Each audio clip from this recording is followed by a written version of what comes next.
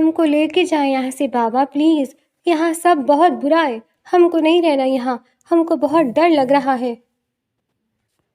عائزہ نے روتے ہوئے کہا۔ اس وقت وہ فیروز ملک کے فون سے چھپ کر اپنے باپ کو فون کر رہی تھی۔ اس بات سے انجان کے پیچھے کھڑا فیروز ملک سرخ نظروں سے اسے گھور رہا تھا۔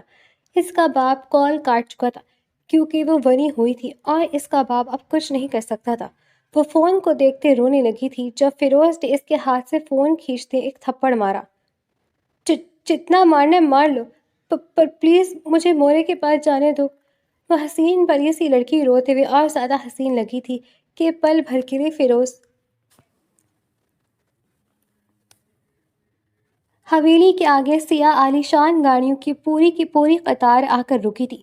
یوں معلوم ہو رہا تھا کہ جیسے کسی کی بارات آئی ہو۔ آئی تو بارات ہی تھی مگر وہ دلہن لے جانے نہیں آئے تھے، ان کا کوئی اور ہی مقصد تھا جیسے انجام دینے وہ اس حویلی میں آئے تھے۔ انو، تم یہاں کھڑکی میں کیا کر رہی ہو؟ چلو اندر، وہ لوگ آ گئے ہیں۔ گل خانم اندر آ کر کھڑکی قریب کھڑی عنائزہ کو دیکھ کر بولی۔ مورے، یہ لوگ کون ہیں اور اتنا سارا لوگ اکٹھے کہاں جا رہے ہیں؟ ایسا لگ رہا ہے کہ جیسے کسی کا بارات آیا ہو۔ عنائزہ کھڑکی کے پاس سے ہٹ کر گل خانم کے قریب آ کر بولی تھی۔ ہاں بیٹی، بارات ہی آئی ہے اور یہ لوگ ملک حویلی والا ہے۔ گل خانم نے بیٹی کو دیکھتے ہوئے کہا۔ وائی وائی وائی مورے، ملک حویلی والے لوگ تو وہی ہیں نا جن کا قتل ہوا ہے بھائی جان سے؟ وہ تو مقدمہ کرنے آیا تھا، پھر بارات لے کر کیوں آ گیا؟ اور دلہن کہاں ہے؟ کس کی بارات لایا ہے یہ لوگ؟ عنائزہ گل خانم سے سوال پوچھنے لگی جس پر گل خانم کی آنکھیں نم ہوئی تھی۔ وہ نظریں چراتے کمرے میں ایک طرف رکھے صندوق کی طرف آئیں جس میں انہوں نے عنائزہ کے جہیز کی چیزیں جمع کر کے رکھی تھی۔ مورے، ہم تم سے کچھ پوچھ رہا تھا، تم اس وقت وہاں اس صندوق میں کیا ڈھونڈ رہا ہے؟ عنائزہ ماں سے کہتی گل خانم کے پیچھے آنکھ کھڑی ہوئی تھی۔ گل خانم نے صندوق سے ایک سرخ رنگ کی چادر نکالی اور اسے کھولتے ہوئے عنائزہ کے سر پر اڑا دی تھی۔ عنائزہ کو دیکھتے گل خانم کی آنکھوں سے آنسو جاری ہو گئے تھے۔ مورے، یہ سب کیا ہے؟ یہ چادر تو تم ہم کو ہماری بارات پر اڑانے والا تھا نا، پھر تم نے ابھی ہم کو یہ چادر کیوں اڑا دی؟ اور ایک منٹ، یہ تم رو کیوں رہا ہے؟ مورے، کیا ہوا ہے؟ بابا نے تم کو کچھ کہا ہے کیا؟ عنائزہ فکر مندی سے کہتی چادر ایک طرف گر گئی جب گل خانم نے دوبارہ چادر اس کے سر پر اڑائی۔ کسی نے کچھ نہیں کہا ہم سے، ہم بالکل ٹھیک ہے۔ گل خانم نے آنسو پوچھتے ہوئے کہا۔ ٹھیک ہے تو پھر تم رو کیوں رہے؟ عنائزہ نے پریشانی سے پوچھا۔ کچھ نہیں، ایسے ہی ہم دیکھ رہا تھا کہ ماشاءاللہ ہمارا بیٹی کتنا پیارا ہو گیا۔ تم پوچھ رہا تھا دلہن کون ہے؟ وہ دیکھو آئینے میں لگ رہا ہے نا تم دلہن۔ گل خانم نے کہتی عنائزہ کا رخ آئینے کی طرف کیا تھا۔ ہائے مورے، یہ تم کیا کہہ رہے؟ ہم اور دلہن؟ یہ تم نے ہمیں بنا بتائے ہمارا رشتہ اور شادی کب اور کہاں طے کر دیا؟ ہم تو ان لوگوں کو جانتا بھی نہیں، ہم نہیں جائے گا ان کے ساتھ۔ عنائزہ نے کہتی اپنے سر سے دوپٹہ اتار پھینکا تھا۔ ایسے نہیں کرتے میرا بیٹی، وہ لوگ آئے بیٹھے ہیں، تمہارے باپ کا عزت کا سوال ہے۔ اور کیا ہوگا اگر تم ان لوگوں کو نہیں جانتا تو؟ وہ لوگ تو تم کو جانتا ہے نا، وہ بہت محبت کرتا ہے تم سے، تم کو بڑا خوش رکھے گا۔ گل خانم نے اس کو پیار سے پچکارتے ہوئے کہا۔ کیا واقعی مورے وہ لوگ ہم کو جانتا ہے اور ہم سے محبت کرتا ہے؟ عنائزہ نے حیران ہو کر پوچھا۔ ہاں انو، اس لیے تو وہ تمہیں لے جانے کے لیے اتنی ساری گاڑیاں لایا ہے۔ اب تم نے کوئی ضد نہیں کرنی، ابھی تمہارا بابا تم سے آ کر کچھ پوچھے گی، تم نے قبول ہے کہنا ہے اور پھر ان کے ساتھ جانا ہے، ٹھیک ہے میرا بیٹی؟ گل خانم نے 17 سالہ عنائزہ کو سمجھاتے ہوئے کہا جو سر پر چوٹ لگنے کی وجہ سے 4 سال پیچھے اپنے بچپن میں چلی گئی تھی۔ گل خانم کی بات سن کر اس نے سمجھنے والے انداز میں سر ہلایا۔ تبھی سہراب خان کمرے میں داخل ہوا۔ گل خانم کی طرف دیکھتے انہوں نے عنائزہ کے سر پر ہاتھ رکھا اور اس سے اعجاب و قبول پوچھا تھا۔ عنائزہ نے گل خانم کی بات پر عمل کرتے قبول ہے کہا اور پھر سہراب خان نے اس کے دستخط لیے تھے۔ خانم، بیٹی سے مل لو، تمہارا بیٹی رخصت ہو رہا ہے، سہراب خان نے کہا تھا۔ گل خانم عنائزہ کے قریب آتے اسے سینے سے لگاتے بے آواز رو دی تھی۔ کچھ دیر بعد سہراب خان عائزہ کے منہ پر گھونگھٹ دیتے کمرے سے باہر نکلے اور مردان خانے کی طرف آئے تھے جہاں ملک خاندان کے بے صبری سے عنائزہ کے آنے کا انتظار کر رہا تھا۔ جو ہی عنائزہ بیٹھک میں داخل ہوئی، فیروز ملک ایک دم سے اٹھ کھڑا ہوا تھا۔ وہ سیدھا چلتے ہوئے سہراب خان کی طرف آیا۔ سہراب خان نے عنائزہ کا ہاتھ پکڑتے فیروز ملک کی طرف بڑھایا تھا۔ جسے فیروز ملک نے تھام لیا اور لمحے کی دیر کیے بغیر وہاں سے نکلا۔ فیروز بیٹا، میری بیٹی۔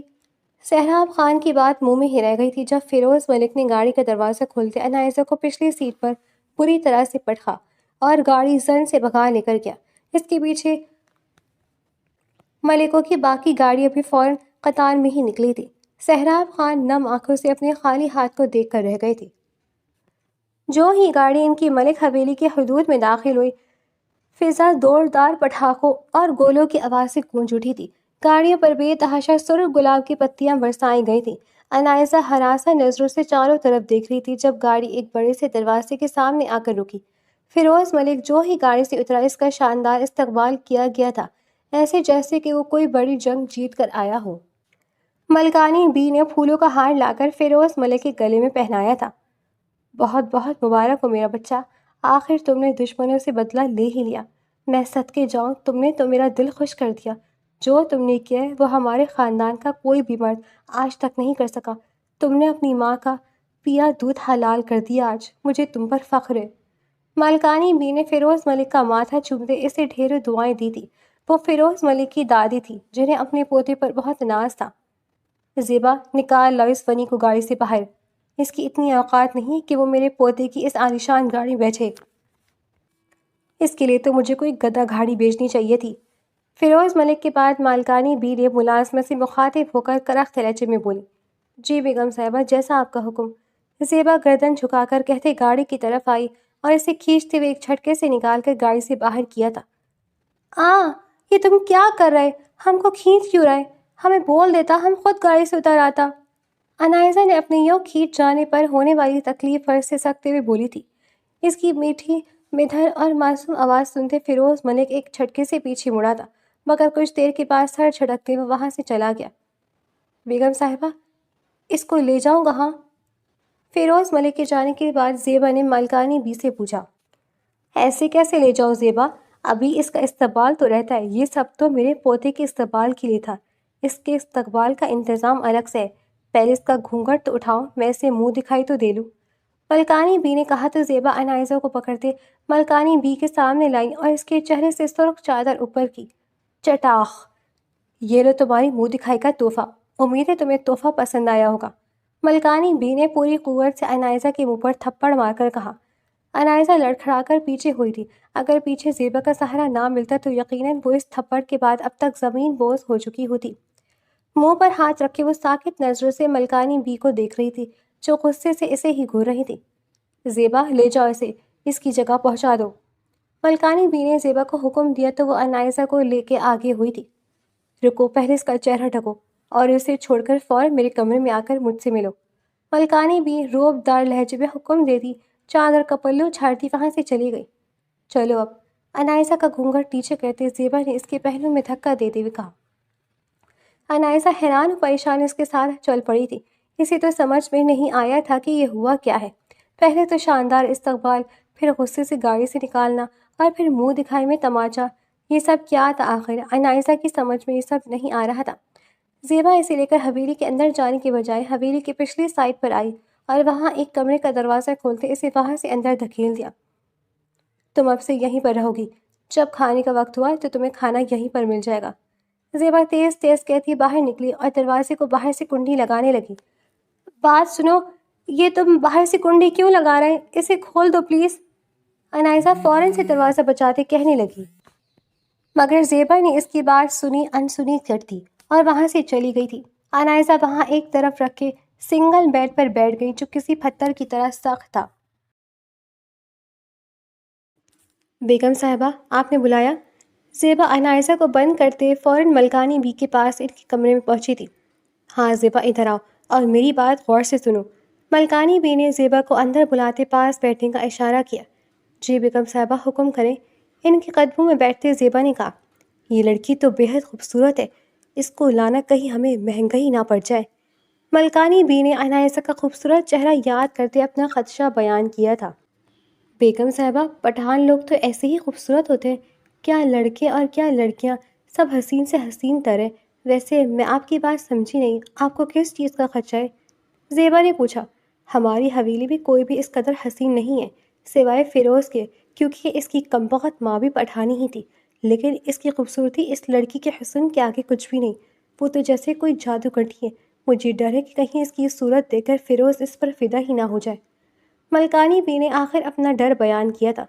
آپ بالکل ٹھیک سوچ رہی ہیں بیگم صاحبہ، مرد تو حسن کا پجاری ہوتا ہے، اور اگر وہ کنوارا ہو تو اس کا متلاشی بھی۔ پھر اب ہم کیا کریں؟ زیبا نے ملکانی بی کی بات کی تائید کرتے ہوئے پوچھا تھا۔ تم بس اتنا کرو کہ اس لڑکی پر کڑی نگرانی رکھو، آج سے یہی تمہارا کام ہے۔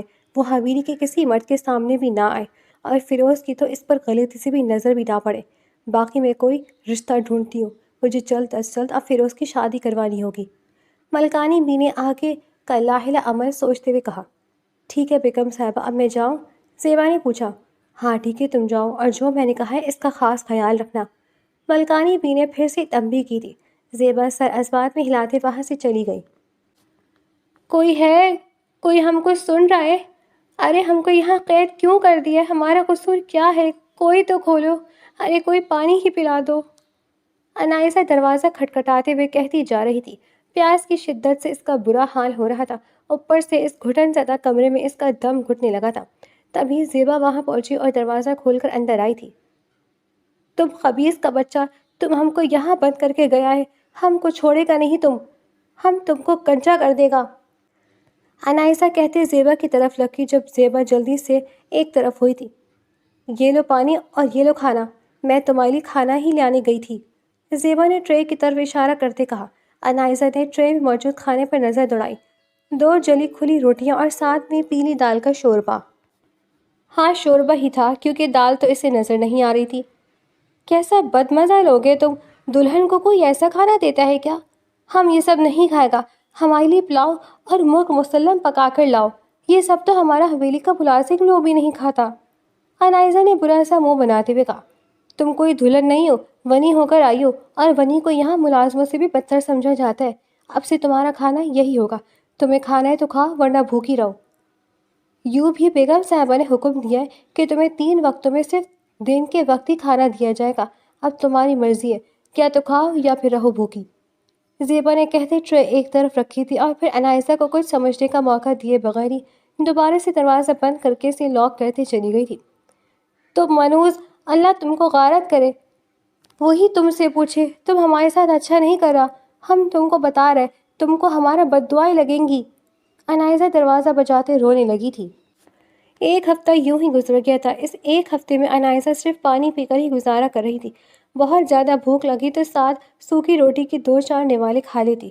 دال کا تجربہ پہلی بار میں ہی بہت برا اثر ثابت ہوا تھا۔ ایسا لگ رہا تھا کہ کسی نے دال دھونے والی پانی میں نمک مرچیں ڈال کر اسے کھانے کے لیے دے دی ہوں۔ کجج مرچیں جا کر اس قدر تیز تھی کہ اس کے گلے میں لگی تھی کہ وہ گھنٹہ بھر تو کھانستی ہی رہی تھی۔ اس کے بعد اس نے دال کو دیکھا تک نہیں تھا۔ وہ لوگ بھی خوب تھے، روزانہ ہی دال بھیج دیتے تھے جب جانتے تھے کہ وہ دال چکھتی تک نہیں ہے۔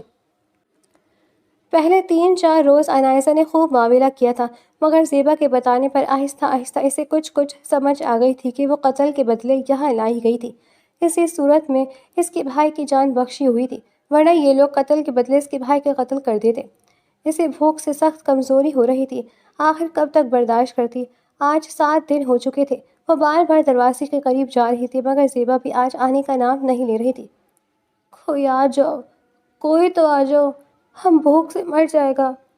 دروازے کے قریب پہنچ کر اس نے دہائی دی، تبھی زیبا دروازہ کھول کر اندر آئی تھی۔ انائسہ کسی چیل کی طرح جھپٹی اور اس کے ہاتھ سے روٹی لے کر کھانے لگی۔ کھانے میں صرف مرچیں ہی مرچیں تھیں، سبز، سرخ اور دھڑا تینوں۔ مرچوں کا یہ شوربہ زبان پر رکھتی اس کی زبان جل اٹھی۔ اس کا دل چاہا کہ چیخ چیخ کر روئے، مگر پھر پیٹ کی آگ بھی تو بجھانی تھی۔ وہ سمجھ گئی تھی کہ ایسا کھانا صرف اسی کے لیے ہی بنایا جاتا ہے۔ وہ تیزی سے نوالے لینے لگی۔ اس کی آنکھوں سے آنسو کی جھریاں لگی ہوئی تھیں، جبکہ زبان تو جیسے جلی گئی تھی۔ زیبا کو بے اختیار اس پہ ترس آیا تھا۔ تم ہمارا ایک بات مانے گا؟ کھانے کے بعد انائسہ نے زیبا سے کہا۔ مرچوں کی جلن سے اس کی سو جاری تھی۔ ہاں بولو، زیبا نے پوچھا۔ تم ہم کو ملکانی بی کے پاس لے جاؤ، ہم کو ان سے بات کرنا ہے۔ انائسہ نے آنسو پوچھتے ہوئے کہا۔ کیا بات کرنی ہے مجھے بتاؤ، میں بیگم صاحبہ کو بتا دوں گی۔ زیبا نے کہا۔ نہیں تم نہیں، ہم خود بات کریں گے ان سے، تم صرف ہمیں ان کے پاس لے جاؤ۔ انائسہ نے کہا۔ اچھا تم بیٹھو، میں پہلے ان سے پوچھ کر آتی ہوں، اگر انہوں نے اجازت دی تو لے جاؤں گی، زیبا کہتے اٹھ کھڑی ہوئی تھی۔ اچھا سنو، وہ نکلنے ہی والی تھی جب انائسہ نے پکارا۔ کہو، زیبا نے پوچھا۔ تھوڑا سا چینی لے آنا، بہت جل رہا ہے، انائسہ نے زبان کی طرف اشارہ کرتے کہا۔ ٹھیک ہے، زیبا نے کہا اور اسے بند کرتے چلی گئی تھی۔ کچھ دیر بعد وہ واپس آئی اور انائسہ کے منہ پر بڑا سا گھونگھٹ ڈال کر اسے اپنے ساتھ حویلی کے اندر لے گئی تھی۔ زیبا کہہ رہی تھی کہ تم نے کوئی بات کرنی ہے۔ کیا بات کرنی ہے تم نے؟ جلدی بولو، زیادہ وقت نہیں ہمارے پاس، ملکانی بی نے کہا تو انائسہ اپنا گھونگھٹ اوپر کرتے ان کے سامنے آئی تھی۔ تم ہم سے بڑا ہے، ہم تمہاری عزت کرتا ہے، ہم جانتا ہے کہ ہم یہاں خون کے بدلے میں لایا گیا ہے، مگر ہمارے ساتھ یہ سلوک مت کرو۔ ہمیں بے شک 2 دن بعد کھانا دے دو، مگر ایسا دو جو کھانے لائق ہو۔ ہم مزید یہ کھانا نہیں کھا سکتا، یہ ہماری آنتوں کو کاٹتا ہے، تو ہمیں مفت میں روٹی نہیں دے سکتا تو نہ صحیح، ہم سے اس حویلی کا کام کروا لو، ہم صفائی بھی کر لیتا ہے، کھانا بھی پکا لیتا ہے، کپڑے بھی دھو لیتا ہے، ہم سارا کام کر لے گا، مگر بدلے میں ہمیں ایک وقت کا کھانا دے دینا۔ انائسہ نے نرم لہجے میں کہا تو ملکانی بی نے اس کے چہرے کی طرف دیکھا۔ اس کا چہرہ ابھی تک مرچوں کی شدت سے لال ہو رہا تھا، آنکھوں سے پانی بہتا اس کی گردن تک پہنچ رہا تھا۔ ملکانی بی کچھ دیر تک سوچتی رہیں اور پھر زیبا کی طرف مڑی تھی۔ اب سے یہ ساری حویلی کی صفائی کرے گی، تم اپنی نگرانی میں سے سارا کام کروانا اور ایک وقت پہ اپنے ساتھ کھانا کھلا دینا، ملکانی بی نے کہا تو زیبا کی آنکھیں حیرت سے پھیلی تھی۔ بیگم صاحبہ، حویلی کتنی بڑی ہے، یہ اکیلی اتنی بڑی حویلی کی صفائی کیسے کرے گی، وہ بھی ایک وقت کا کھانا کھا کر؟ اس کی بس کی بات نہیں ہے، زیبا نے انائسہ کو دیکھتے ہوئے کہا۔ ہم کر لے گا ہم۔ اس سے پہلے کہ ملکانی بھی کچھ کہتی انائسہ فوراً سے بول اٹھی تھی۔ ٹھیک ہے، اسے لے جاؤ اور کام سمجھا دو، ملکانی بی نے کہا اور انہیں جانے کا اشارہ کیا۔ زیبا اسی لیے باہر نکلی، لیکن اس سے پہلے اس کے چہرے پر گھونگھٹ کرنا نہ بھولی تھی۔ اسی روز سے اس نے حویلی کا کام شروع کر دیا تھا۔ ویسے تو اسے صفائی ستھرائی سے شروع سے ہی لگاؤ تھا، اس لیے اس کے لیے یہ کام مشکل نہیں تھا، مگر اتنی بڑی حویلی کی صفائی روزانہ کرنی، وہ بھی اتنے بڑے سے گھونگھٹ کے ساتھ، یہ کام اس کے لیے مشکل ہو رہا تھا۔ مگر آہستہ آہستہ وہ مینج کرنے لگی تھی۔ پھر بھی ملکانی بی کو جب موقع ملتا وہ اسے ضرور کوئی نہ کوئی سزا دیتی تھی، جس سے انائسہ کو بہت تکلیف ہوتی تھی۔ ملکانی بی کے علاوہ بھی حویلی کی باقی عورتوں میں سے بھی جیسے موقع ملتا وہ انائسہ پر اپنا غصہ نکال لیتی تھی۔ انائسہ کو ملک حویلی آئے 2 مہینے ہو چکے تھے، وہ اب تھکنے لگی تھی، اس کے سر میں شدید درد رہنے لگا تھا، وجہ اس کی سمجھ سے باہر تھا۔ مورے بابا، کہاں ہے تم لوگ میرا پتہ کرنے کیوں نہیں آیا؟ تم نہیں جانتا ہم کو کتنی تکلیف ہے، یہ لوگ اچھا نہیں ہے۔ انائسہ فیروز ملک کے کمرے کے باہر کی گیلری صاف کرتی بولی تھی۔ اس کا بہت کام اب باقی رہتا تھا، مگر اب اس میں مزید ہمت نہیں تھی، اس کا سر چکرانے لگا تھا۔ وہ دیوار کا سہارا لیتے بمشکل کمرے تک پہنچی تھی اور وہیں چکرا کر بیڈ پر گر پڑی۔ اسے فیروز ملک کا کمرہ صاف کرنے کی اجازت بھی تھی، کیونکہ فیروز ملک دوسرے شہر میں رہتا تھا، وہ وہاں کے تھانے کا DSP تھا۔ مہینے یا 2 مہینے میں وہ 1 آدھ چکر حویلی کا لگاتا تھا، اس لیے ملکانی بھی بے فکر تھی۔ یوں بھی آج کل وہ اس کے لیے لڑکیاں دیکھنے میں مصروف تھی، بلکہ انہوں نے تو 1 2 پسند بھی کر لی تھی، اب بس فائنل کرنے کی دیر تھی۔ اس روز وہ ایک کیس کے سلسلے میں اپنے شہر آیا تو سوچا کہ حویلی پہ چکر لگا لیا جائے۔ حویلی میں آتے ہی وہ پہلے سیدھے اپنے کمرے میں آیا تاکہ پولیس یونیفارم بدل کر کپڑے پہن سکے۔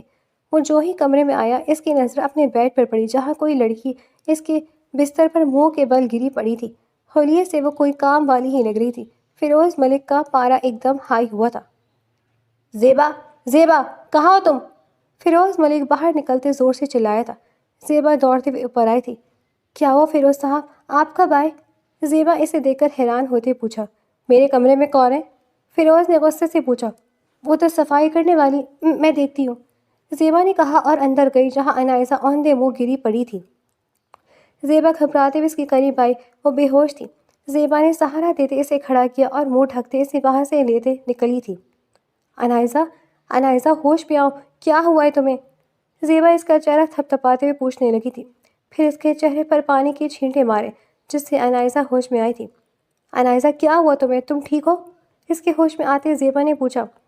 زیبا باجی، ہمارا سر میں بہت درد ہے، پتہ نہیں ہم کو کیا ہو گیا ہے، ہم بہت تکلیف ہوتا ہے، انائسہ نے اپنا دکھتا سر تھامتے ہوئے کہا تھا۔ اچھا، میں تمہیں کھانا لا کر دیتی ہوں، تم کھانا کھا لو، اس کے بعد میں تمہیں میڈیسن بھی دوں گی، وہ کھا کر تم آرام کرنا، دیکھنا تم بالکل ٹھیک ہو جاؤ گی، زیبا نے اس سے کہا۔ نہیں، ابھی ہمارا کام رہتا ہے، نہیں کیا تو ملکانی بھی ہمیں مارے گی۔ انائزہ نے پریشانی سے کہا تھا۔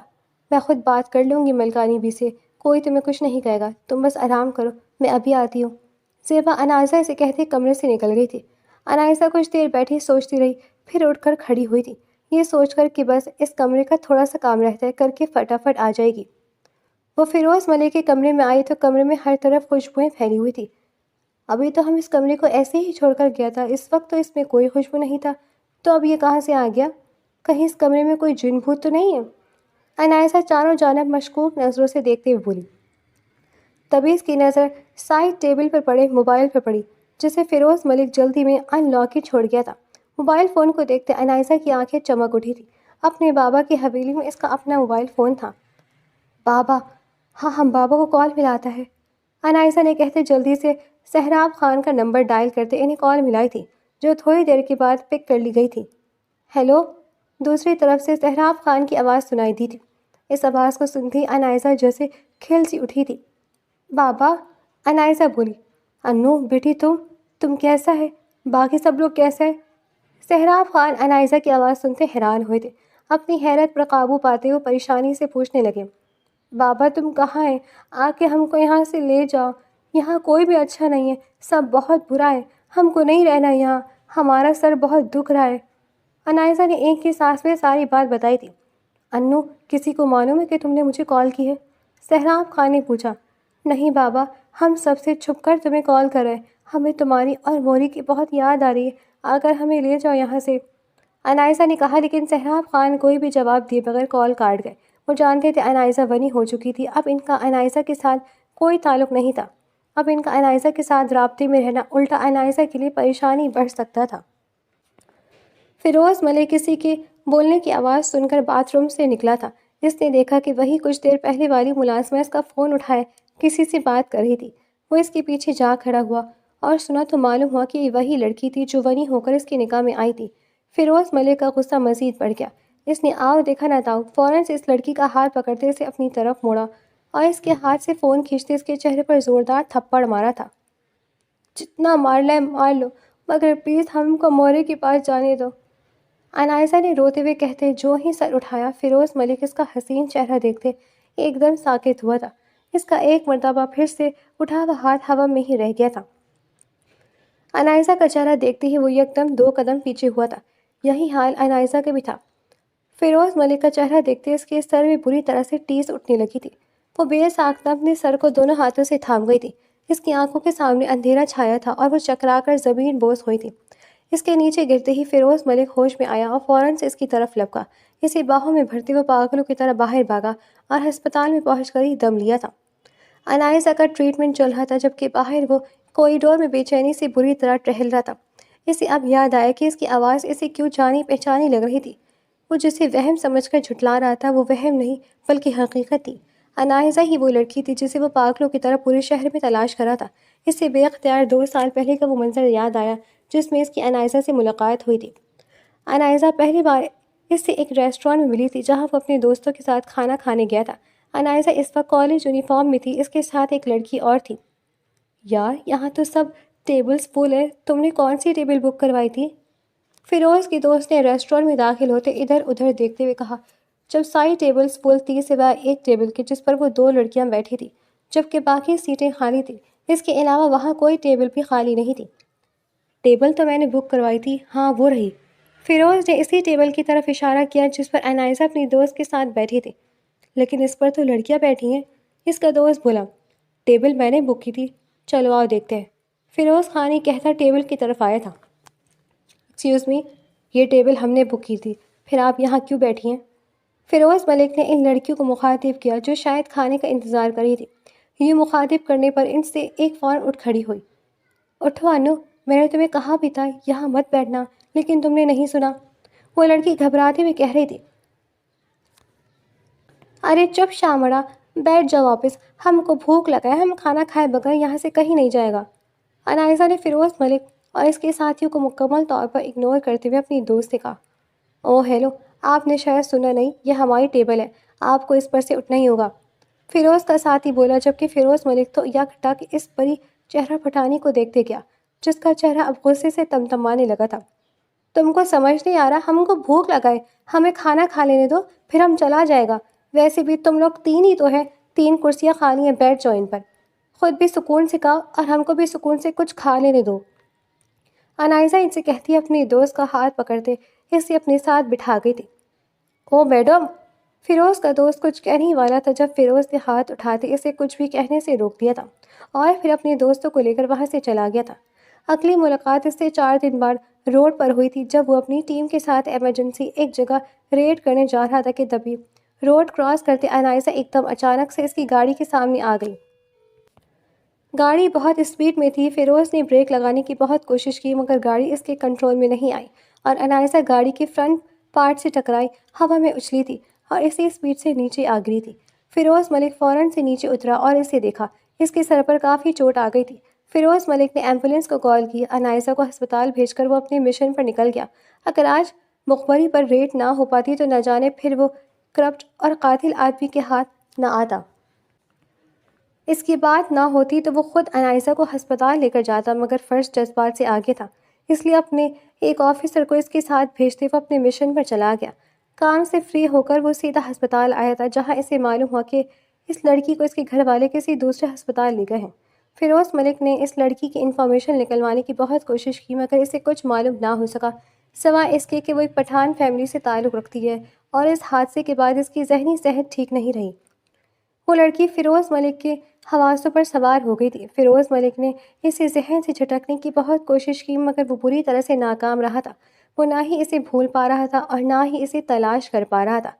یوں ہی 2 سال کا عرصہ گزر گیا جب شہر کے نور ٹورنامنٹ کرکٹ میچ کے دوران دونوں ٹیموں میں بحث بازی ہوئی۔ وہاں 2 لڑکوں کی ہاتھا پائی ہوئی۔ ایک لڑکا فیروز ملک کا چچا زاد بھائی تھا اور دوسری طرف جو لڑکا تھا وہ انائزہ خان کا بھائی تھا۔ فیروز ملک نے فوراً کیس کرواتے اسے جیل میں بند کروایا مگر ان کے گاؤں میں فیصلے پنچایت میں ہوتے تھے۔ چنانچہ پنچایت بیٹھی گئی اور ونی کا فیصلہ ہوا۔ یوں انائزہ ونی ہو کر اس کی زندگی میں شامل ہو گئی مگر قسمت کا وہ اتنے عرصے تک اس بات سے بے خبر رہا کہ جس کو وہ سارے زمانے میں ڈھونڈتا پھر رہے قسمت کب سے اسے لا کر اس کے گھر چھوڑ چکی ہے۔ وہ آج تک اس معصوم کا پری حسن چہرہ نہیں بھول پایا تھا۔ وہ اس سے ملی بھی تھی تو کیسے، ایک ونی کی صورت میں۔ اب وہ نہیں جانتا تھا کہ اس کے ساتھ ہوئے ظلم کا انصاف وہ کیسے کرے گا کیونکہ ونی کے ساتھ اس کی حویلی میں جو کچھ ہوتا رہا تھا وہ اس بات سے بے خبر نہیں تھا۔ وہ سب کچھ جانتا تھا۔ وہ بھول گیا تھا کہ وہ اس کے بھائی کے قاتل کی بہن تھی۔ وہ بھی یہی سب سوچ رہا تھا جب جیب میں پڑا موبائل اس کا اٹھا تھا بج۔ حال کی دنیا میں واپس آتے اس نے فون نکال کر دیکھا تو ملکانی بی کی کال تھی۔ اس نے کال پک کرتے فون کان سے لگایا۔ فیروز کہاں ہو تم؟ ملکانی بی جو اس سب سے انجان تھی انہوں نے یوں ہی فیروز کو کال کر کے پوچھا تھا۔ ادھر یوں دادی، آپ کی صحت کیسی ہے؟ فیروز ملک نے پوچھا۔ میں ٹھیک ہوں۔ اچھا میں نے یہ بتانے کے لیے کال کی ہے کہ رات کو حویلی آ جانا، میں نے تمہارے رشتے کی بات چلائی، کل ہمیں وہاں لڑکی دیکھنے جانا ہے۔ انہوں نے کہا ہے کہ لڑکی کو ساتھ لانا ہے اس لیے تمہیں بھی ساتھ چلنا ہوگا۔ دادی مجھے ضروری کام ہے، میں کہیں نہیں جا رہا اور نہ ہی آپ کہیں جائیں گی، میں شام میں آتا ہوں، مجھے آپ سے ضروری بات کرنی ہے۔ فیروز ملک نے ایک ہی سانس میں کہا تھا۔ کون سی ضروری بات کرنی ہے؟ میں اب تمہاری کوئی بھی بات ٹال مٹول نہیں سنوں گی، میں اب تمہاری شادی کروا کر رہوں گی، بہت عمر ہو گئی ہے تمہاری۔ ملکانی بی نے کہا۔ دادی میں نے کہا نا میں آ کر بات کرتا ہوں، میں نہیں ٹال رہا شادی کے لیے، مجھے بھی شادی کرنی ہے، خیر آ کر بات کرتا ہوں، فیروز ملک نے کہا اور ڈاکٹر کو آتے دیکھ کر کال کاٹ دی۔ جی ڈاکٹر صاحبہ بتائیں کیا بات ہے؟ کوئی پریشانی والی بات تو نہیں ہے نا؟ فیروز ملک نے ڈاکٹر سے پوچھا۔ نہیں پریشانی کی بات تو نہیں ہے، ان کے پہلے بھی برین سرجری ہوئی ہے، ان کی میموری پر شاید کوئی افیکٹ ہوا ہے، اب ہوش میں آئی تو پتہ چلے گا کہ ان کی میموری کس طرح کی ہے، باقی سب کچھ اوکے ہے، ڈاکٹر نے کہا تو فیروز ملک نے سر اسبات میں ہلایا تھا۔ 2 گھنٹے کے مزید انتظار کے بعد انائزہ کو ہوش آ گیا تھا اور ڈاکٹر نے اس کی کنڈیشن ٹھیک بتا دی تھی، اس کی میموری ٹھیک ہو گئی تھی۔ کیسی ہو انائزہ؟ کہیں پین تو نہیں ہو رہا؟ اس کے روم میں آتے فیروز ملک نے پوچھا۔ ہم ٹھیک ہے، تم کون ہے؟ انائزہ نے کہا۔ میں فیروز ملک ہوں۔ فیروز نے کہا تو ہم کیا کریں، ہمیں گھر لے جاؤ۔ انائزہ نے کہا صحیح ہے چلو، فیروز ملک نے کہا تو انائزہ اٹھ کھڑی ہوئی تھی۔ ہسپتال سے باہر آتے فیروز ملک نے اسے گاڑی میں بٹھایا اور اسے لے کر ایک شاپنگ پلازا میں لے آیا تھا۔ یہ ہمارا گھر تو نہیں ہے، تم ہم کو یہاں کیوں لایا ہے؟ انائزہ نے حیران ہوتے ہوئے پوچھا تھا۔ تمہیں کچھ شاپنگ کروانی ہے، چلو آؤ۔ فیروز ملک اس کا ہاتھ پکڑتے اندر داخل ہوا تھا۔ فیروز ملک نے اسے کچھ ڈریسز اور سینڈلز دلوائے تھے اور پھر اسے لے کر ایک ریسٹورینٹ آیا تھا۔ کیا کھاؤ گی؟ فیروز ملک نے پوچھا۔ کچھ بھی منگوا لو، ہم کو بہت بھوک لگا ہے، انائزہ نے پیٹ پر ہاتھ رکھتے ہوئے کہا تھا۔ فیروز ملک نے دونوں کے لیے چائنیز آرڈر کیے تھے۔ انائزہ کے سامنے جو ہی چائنیز آئی، اس کی بھوک چمک اٹھی تھی۔ 2 مہینے بعد وہ اس طرح کا کھانا کھانے والی تھی۔ اسے بنا دیر کیے کھانا شروع کر دیا تھا۔ وہ جس طرح کھانا کھا رہی تھی، فیروز ملک کافی دیر تک اسے دیکھ گیا تھا۔ یوں لگ رہا تھا جیسے وہ نہ جانے کب سے ایسے کھانے کے لیے ترستی ہوئی ہو۔ فیروز ملک کھانے کے بعد اسے ساتھ لیے حویلی آیا تھا۔ اس کے ساتھ کسی لڑکی کو آتے دیکھ کر ملکانی بھی حیران ہوئی تھی، جبکہ انائزہ بھی سہم کر فیروز ملک کے پیچھے چھپ گئی تھی۔ مارکیٹ سے گھر آنے تک اسے وقفے سے سب کچھ یاد آ گیا تھا۔ وہ اپنے گھر جانے کی ضد کر رہی تھی، مگر فیروز اسے اپنے ساتھ لے آیا تھا۔ اس نے اس سے وعدہ کیا تھا کہ اب وہ اسے کوئی تکلیف نہیں ہونے دے گا۔ فیروز، تم اس لڑکی کے ساتھ، یہ لڑکی تمہارے ساتھ کیا کر رہی ہے؟ ملکانی بی نے غصے سے پوچھا تھا۔ دادی آپ بیٹھے، میں آپ سے کہا تھا نا کہ مجھے آپ سے ضروری بات کرنی ہے، مجھے اسی متعلق بات کرنی تھی۔ فیروز ملکانی بی کو غصے میں دیکھتے انہیں پرسکون رہنے کا اشارہ کرتے کہنے لگا، اس لڑکی سے متعلق مجھے کوئی بھی بات نہیں کرنی فیروز، اور تمہاری ہمت بھی کیسے ہوئی اس لڑکی کے بارے میں کچھ بھی سوچنے کی؟ ملکانی بھی سخت برہم تھی۔ دادی، یہ میرے نکاح میں ہے، اس کے بارے میں کچھ بھی سوچنے کے لیے مجھے کسی ہمت کی ضرورت نہیں ہے۔ فیروز ملک نے فیصلہ کر لیا تھا کہ وہ اس بارے میں دادی کے روپ میں نہیں آئے گا۔ یہ ونی ہو کر تمہارے نکاح میں آئی ہے، تم اس بات کو کیوں بھول گئے ہو؟ تمہارے چچیرے بھائی کے قاتل کی بہن ہے یہ۔ ملکانی بی نے اسے انائزہ کی اوقات یاد دلائی جس پر وہ غصے سے مٹھیاں بھیج گیا تھا۔ دادی، میں محبت کرتا ہوں اس سے، یہ میری محبت ہے۔ فیروز ملک نے پھر سے ملکانی بی کو قائل کرنا چاہا تھا۔ واہ بھائی واہ، شاباش ہے تمہیں تو، اپنے بھائی کی قاتلہ سے محبت کرنے سے پہلے تمہاری غیرت کہاں مر گئی تھی؟ یہ ہے ہی جادوگرنی، تمہیں اپنا حسن دکھا کر تمہیں اپنی محبت کے جال پھنسا لیا اور تم پھنس گئے۔ یہ سب کرنے سے پہلے تمہیں شرم سے ڈوب مرنا چاہیے تھا۔ ملکانی بھی سخت برہم تھی۔ دیکھیں دادی، جیسا آپ سمجھ رہی ویسا کچھ نہیں ہے، میں یہی آپ کو بتانے کی کوشش کر رہا ہوں، آپ میری بات سنیں تو صحیح۔ فیروز ملکانی بی کو قائل کرنے کی کوشش کر رہا تھا۔ مجھے سب نظر آ رہا ہے برخودار، مجھے کچھ بھی سمجھانے کی ضرورت نہیں ہے، نظر آ رہا ہے مجھے کسی طرح سے تمہارا خون سفید ہو گیا ہے۔ ابھی تمہارے بھائی کو مرے 2 دن ہی کتنے ہوئے، کم سے کم اس کی قبر کی مٹی تو خشک ہو لینے دو۔ ملکانی بی نے سخت لہجے میں کہا تھا۔ آخر میں ان کا لہجہ نم ہو گیا تھا۔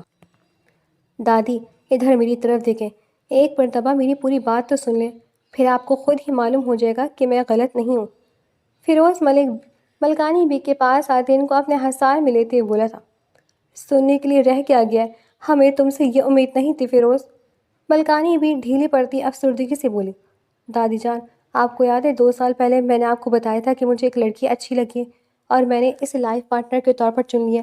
پھر میں نے آپ کو یہ بھی بتایا تھا کہ وہ مجھ سے کھو گئی ہے، میں اسے ہی ڈھونڈ رہا تھا، تبھی میں نے اب تک شادی بھی نہیں کی۔ آپ کو پتہ ہے وہ لڑکی کون ہے؟ فیروز ذرا سانس لینے کو رکا تھا۔ دادی جان، وہ لڑکی یہی تھی جسے ونی کے طور پر میرے نکاح میں دیا گیا تھا، فیروز ملک نے کہا تو ملکانی بھی حیران ہوئی تھی۔ یہ کیسے؟ ملکانی بی کی حیرت کم نہ ہو رہی تھی۔ ایسے ہی ہے دادی، شاید ہماری قسمت یوں ہی ملنا لکھا تھا۔ فیروز ملک ان کو نرم پڑتے دیکھ کر بولا، میں نہیں ایسی قسمت کو مانتی، یہ ونی میں آئی ہے اور ونی ہی ہے، ایک ونی کو ہمارے خاندان میں بہو کی حیثیت کبھی نہیں مل سکتی۔ ملکانی بی نے جیسے حکم سنایا تھا۔ دادی، میں آپ کے خلاف نہیں جانا چاہتا، مگر اب آپ مجھے مجبور کر رہی ہیں، میں انائزہ کو لے کر شہر شفٹ ہو جاؤں گا، مگر اسے یہاں چھوڑ کر اس پر مزید ظلم نہیں ہونے دوں گا۔ فیروز ملک نے حتمی فیصلہ سنایا تھا۔ کیا تم اس لڑکی کے لیے ہمارے خلاف جاؤ گے؟ ملکانی بی کو تو اس کی بات سن کر ہی صدمہ لگ گیا تھا۔ آپ نے ہی مجبور کیا ہے، فیروز نے جواب دیا۔ ٹھیک ہے، پھر چلے جاؤ یہاں سے، اور پھر دوبارہ کبھی زندگی میں مجھے اپنی شکل نہ دکھانا، یہ سمجھنا کہ تم میرے لیے مر گئے ہو۔ ملکانی بی نے کہتے ہی چہرہ موڑ لیا۔ چلو انائزہ، یہاں رکنے کا کوئی فائدہ نہیں۔ فیروز ملک انائزہ کے قریب آ کر اس کا ہاتھ پکڑتے ہوئے بولا، نہیں، ہم کہیں نہیں جائے گا، تمہارا دادی ناراض ہو گیا ہم سے، ایسے میں ہمیں تمہارے دادی کی بددعا لگ جائے گا، ہم تمہارے دادی کی بددعا کے ساتھ زندگی نہیں گزار سکتا۔ دادی، ہم کو معاف کر دو، مانتے ہیں جو کچھ ہوا بہت غلط ہے، مگر جو ہونا تھا سو ہو گیا، اب گھڑے مردے اکھاڑنے کا کیا فائدہ، تم سوچو نا اس بارے میں۔ عنائزہ فیروز کا ہاتھ چھڑوا کر ملکانی بی کے پاس آئی اور ان کے سامنے ہاتھ جڑ کر کہنے لگی، لڑکی، بہتر ہوگا کہ تم یہاں سے چلی جاؤ، ہمیں تم سے کوئی بات نہیں کرنی۔ ملکانی بھی رخ موڑے بغیر بولی، نہیں، جب تک تم ہمیں معاف کر کے ہمیں اپنا بہو نہیں مانے گا ہم کہیں نہیں جائے گا۔ عنائزہ کہتے ملکانی بی کے پیروں میں بیٹھی تو ملکانی بی ایک دم سے پیچھے ہوئی تھی۔ کیا کر رہی ہو لڑکی، اٹھو ہمارے پیروں سے، ملکانی بی نے جھنجھلاتے ہوئے کہا۔ پہلے تم کہو کہ تم نے ہمیں معاف کر دیا ہے۔ عنائزہ بزد تھی۔ ہاں کر دیا ہے معاف۔ فیروز، اٹھاؤ اسے یہاں سے اور اسے اس کے گھر چھوڑ کر آؤ اور اس کے گھر والوں کو بتا کر آؤ کہ ہم جلدی شادی کی تاریخ لینے آئیں گے۔ ملکانی بی نے مصنوعی غصہ دکھاتے ہوئے فیروز سے کہا تھا۔ سچ تو یہ تھا کہ ان کا خود کا دل آ گیا تھا اس معصوم پٹھانی پر۔ پلیز دادی جان نہیں، آپ باقی کہانیوں کی طرح میری کہانی میں پھر سے شادی وغیرہ کا کوئی سین مت ڈالیے گا۔ میں نے پہلے ہی بہت انتظار کیا ہے، میں اب مزید ایک دن بھی انتظار نہیں کروں گا۔ فیروز نے ایک دم سے کہا تھا۔ کیا مطلب ہے تمہاری اس بات کا؟ میں کچھ سمجھی نہیں۔ ملکانی بی نے نہ سمجھی اسے دیکھتے ہوئے پوچھا۔ مطلب یہ کہ مجھے ناولوں اور ڈراموں کی طرح نکاح پر نگاہ نہیں کرنا اور نہ ہی دوبارہ شادی کے چکر میں اتنی مشکلوں سے ملنے والی بیوی کو دوبارہ خود سے دور کرنا ہے۔ میری شادی ہو چکی ہے، نکاح بھی ہو چکا ہے، اب عنائزہ کہیں نہیں جائے گی۔ رہ گئی ولیمے کی بات، تو اب صبح سب کو ولیمے کی دعوت دے دیں اور ہمیں کمرے میں جانے کی اجازت دیں تاکہ ہم ولیمہ حلال کر سکیں۔ فیروز ملک نے پہلے سنجیدگی سے کہتے آخر میں شرارت سے آنکھ دباتے کہا تو ملکانی بھی اسے سے غصے سے گھور کر رہ گئی۔ شرم کرو کچھ، نامراد کہیں گے، ملکانی بی نے کہا تو فیروز ملک قہقہ لگا گیا تھا۔ زیبا، زیبا، یہاں آؤ۔ ملکانی بی زیبا کو آواز لگائی تو زیبا دوڑتے ہوئے وہاں آئی تھی۔ عنائزہ کو بنا گھونگھٹ کے فیروز کے ساتھ کھڑے دیکھ کے وہ ڈر گئی کہ اب اس کی خیر نہیں ہے، مگر ملکانی بی کی بات پر اسے 440 واٹ کا جھٹکا لگا تھا۔ زیبا، جاؤ پارلر والی کو بلاؤ اور بہو کو تیار کرواؤ اور نعیم سے بول کر فیروز کا کمرہ بھی سجوا دو۔ جی؟ زیبا نے ناسمجھی سے پوچھا۔ کیا مطلب جی؟ تمہیں سمجھ نہیں آئی جو میں نے کیا کہا ہے؟ ملکانی بی نے کہا تو زیبا نفی میں سر ہلا گئی۔ تو جاؤ پھر جو کہا ہے وہ کرو، ملکانی بی نے کہا تو زیبا فوراً سے عنائزہ کو لیتے وہاں سے نکل گئی تھی۔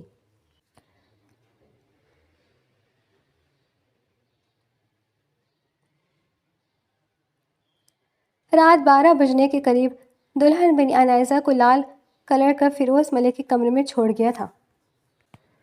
فیروز ملک جو پچھلے 3 گھنٹے سے عنائزہ کا انتظار کرتا رہا تھا اب تک ہار کر لیٹ گیا تھا۔ آہٹ کی آواز سن کر اس نے آنکھیں کھول کر پور سجی عنائزہ کو دیکھا تھا۔ وہ اٹھ کر اس کے قریب آیا۔ زہ نصیر، بڑی دیر کر دی، مہربان آتے آتے۔ اس کا ہاتھ تھامتے فیروز ملک نے کہا تو اس کی نظروں کے اثر سے عنائزہ جھیپ سی گئی۔ ویسے میں دنیا کا پہلا دولہا ہوں جو اپنی دلہن کے کمرے میں آنے کا انتظار کر رہا ہے، ورنہ تو ہمیشہ دلہن ہی دولہے کا انتظار کرتی ہے۔ کیوں، ٹھیک کہہ رہا ہوں نا میں؟ فیروز نے کہتے عنائزہ کی تائید چاہی۔ جی نہیں، ایسا پہلی بار نہیں ہوا، یہ تو اکثر ہوتا ہے کہ دلہا انتظار کرتی رہتی ہے اور دلہن دیر سے آتا ہے، عنائزہ نے کہا تو فیروز ملک کا روکنے کے باوجود قہقہ نکل گیا۔ ویٹ ویٹ ویٹ، ارے یار تم نے تو بلاول بھٹو کو بھی پیچھے چھوڑ دیا۔ وہ تو کہتا تھا کہ بارش آتا ہے تو پانی آتی ہے، اور تم نے کیا کہا؟ دلہا آتی ہے دلہن آتا ہے۔ فیروز ہنستے ہنستے بیڈ پر گر گیا تھا جبکہ عنائزہ ناراضگی سے اسے دیکھنے لگی۔